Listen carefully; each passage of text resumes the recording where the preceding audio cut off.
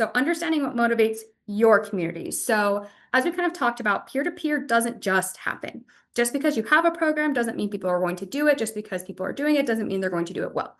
So understanding what inspires your community and identifying what that is. So there's a couple different facets to that. And obviously, like we talked about, it can be difficult and uncomfortable. So asking yourself, what makes fundraisers feel empowered to raise money, even though it's uncomfortable? One thing at Huntsman Cancer Foundation that we like to really talk about is that we can designate our fundraising. That's one piece that we talk really heavily in the peer-to-peer space is if somebody has been affected by breast cancer, they can designate their fundraising to go specifically through to breast cancer, which we've worked really hard with different groups within Zuri and Engaging Networks to make sure that that can happen and that accounting goes through correctly.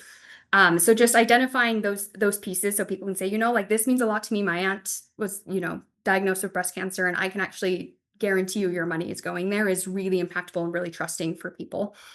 Compelling stories and visuals to connect emotionally. As we know, a picture speaks 1,000 words. And I know when I go to a site, if it's just verbiage, I usually get bored because why would I just want to read all the time? So utilizing compelling stories from the field and identifying which ones are best. So depending on our different events, like our Huntsman Heroes program, a lot of our stories and the people using, they like to feel the community stories. They like to see, wow, that person is doing this alongside me.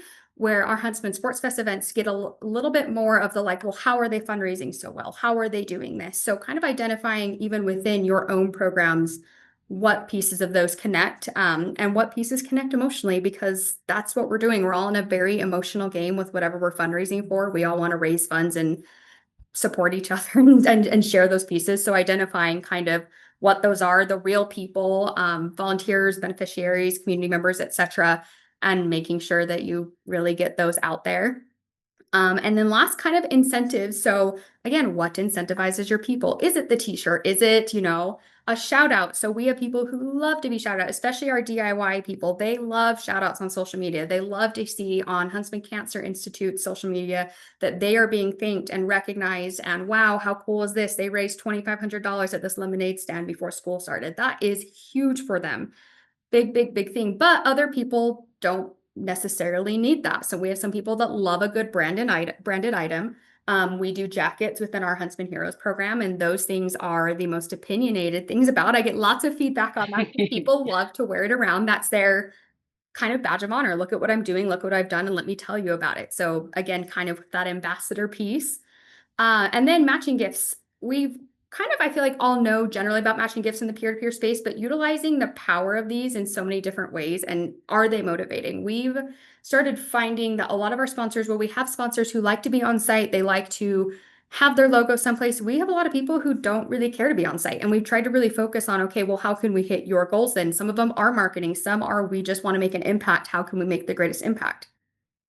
Matching gifts, of course. So we really have taken a big focus on that as something that we worked throughout the year, as well as we actually had a late sponsor come in and kind of say, hey, how can we make a difference? It was post-event.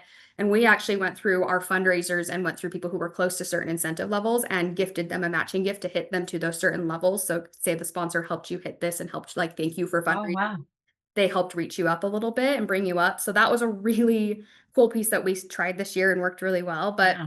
just kind of like I said, identifying what supports your group and knowing what works for me may not work for you, but it could help you get there.